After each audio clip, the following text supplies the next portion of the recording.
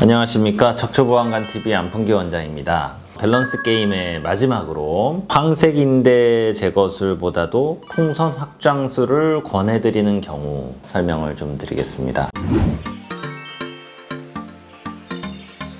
제가 이 얘기를 왜 하냐면은 황색인대 제거술을 제가 이제 많이 하고 그 분야에 이제 가장 이제 전문가다 보니까 많은 분들이 황색인대 제거술을 하러 오시는데 그 분들 중에 제가 황색인대 제거술 하지 말고 그냥 풍선 확장술을 하시는 게 좋겠습니다라고 권해드리는 경우가 있어요. 왜 그거를 권해드리는가? 대표적인 4가지 경우 제가 말씀을 좀 드려볼게요.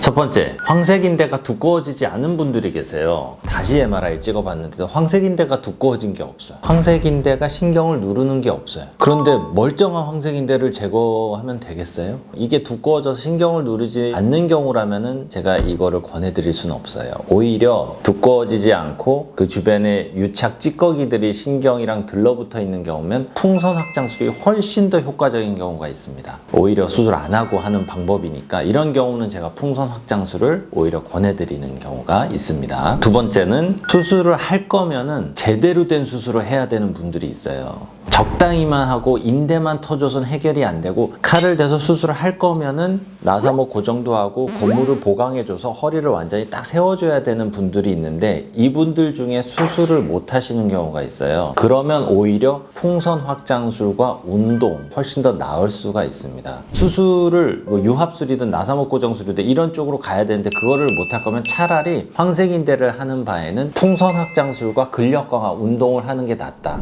세 번째, 원인 불명의 허리 통증이 있어요. MRI 찍었는데도 그렇게 심하진 않고 원인 불명. 황색인대도 두꺼워지지 않았고 근데 허리는 계속 아프셔요. 특히 이런 분들이 보통은 어르신들 중에서 연로하시고 좀 마르셔서 근육량이 워낙 없으시고 이런 분들이 원인 없이 허리가 그냥 아픈 경우가 있어요. 그런 경우는 멀쩡한 황색인대를 제거할 필요는 없는 거죠. 신경 주변에 있는 부어있는 염증들을 가라앉혀주는 풍선 확장술을 하고 근육 강화시켜주는 운동과 근육 강화 주사 이런 쪽으로 가시는 게 훨씬 나을 수 있습니다. 그래서 원인 불명의 허리 통증이 있을 때는 오히려 풍선 확장술로 가시는 게 좋다. 마지막으로는 황색인대 제거술은 수술은 수술이에요. 워낙 간단하고 15분, 20분 정도 걸린다고 말씀드리지만 이게 수술은 수술이다 보니 수술을 아예 생각을 안 하시는 경우가 있어요. 수술을 절대 원치 않으시는 분들. 그런 경우는 풍선 확장술을 저는 권해드려요. 어떻게든 수술을 안 하고 본인이 해결하고 싶으시고 아직까지는 그렇게 중증의 막 증상이 막 절절거리는 통증이 아니라면은 허리에 좀 기회를 한 번 더 주고 풍선 확장술과 운동으로만 좋아지시는 분들도 많이 계세요. 수술을 어떻게든 피하고 완전한 비수술로만 일단 해보기 원하신다 하면은 풍선 확장술과